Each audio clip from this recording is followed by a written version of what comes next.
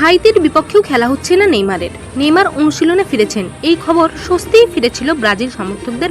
কিন্তু ব্রাজিল জানিয়ে দিল দেশের সর্বোচ্চ গোলদাতার হাইতির বিপক্ষে ম্যাচেও খেলা হচ্ছে না।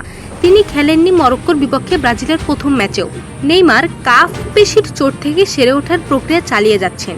ম্যাচ খেলার মতো অবস্থায় এখনো যেতে পারেননি, তাই শনিবার ফিলাডেলফিয়ার হাইতির বিপক্ষে খেলার জন্য দলের সঙ্গে ভ্রমণ করবেন না। ব্রাজিল ফুটবল কর্তৃপক্ষ এক বিবৃতি দিয়ে বিষয়টি জানিয়েছেন।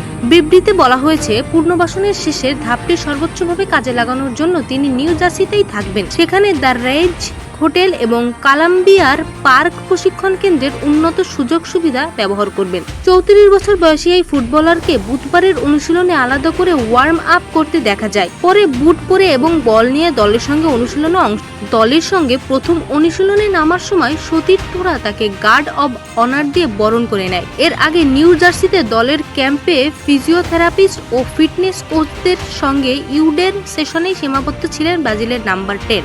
গত মাসে সন্তোষের হয়ে করিতিবার বিপক্ষে ম্যাচের ডান পায়ের পেশিতে চোট পান নেই, সেই চোটই এখনো তাকে ভোগাচ্ছে। অবশ্য বিশ্বকাপ দলে নেইমারের স্থান নিয়ে বিতর্কও রয়েছে। কেউ কেউ এখনো প্রশ্ন তুলছেন তিনি আদৌ দলে থাকার যোগ্য কিনা।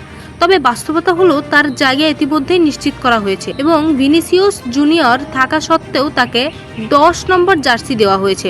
অনেকের মতে এখানে বর্তমান ফর্মের চেয়ে তারকা মর্যাদাই বেশি গুরুত্ব পেয়েছে।